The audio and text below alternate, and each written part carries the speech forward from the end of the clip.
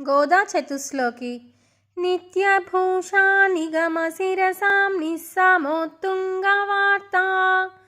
कान्तो यस्याः कचविलुलितैः कामुको माल्यरत्नैः सूक्त्या यस्या श्रुतिसुभगया सुप्रभाता धरित्री सैषा देवी सकलजननी सिञ्चितान्मामपाङ्गैः माता चेत् तुलसी पिता यदि तव श्रीविष्णुचित्तो महान् भ्राता चेत्यतिशेखरः प्रियतमः श्रीरङ्गधामा यदि ज्ञातारस्तनयास्त्वदुक्तिसरसस्तन्येन संवर्धिताः गोदा देवी कथं त्वमन्यसुलभा साधारणा श्रीरसी कल्पादौ हरिणा स्वयं जनहितं दृष्टेन सर्वात्मनां प्रोक्तं स्वस्य च कीर्तनं प्रपदनं स्वस्मै प्रसूनार्पणम्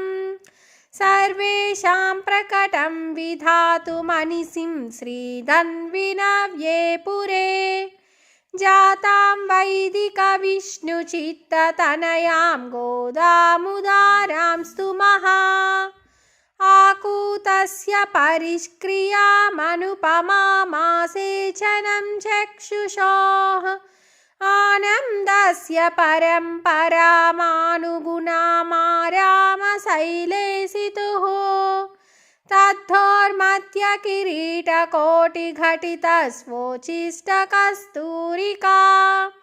माल्यामोदसमेधितात्मविभवान् गोदामुदारां स्तुमः स्वोच्छिष्टमालिका बन्धबन्धुरजिष्णवे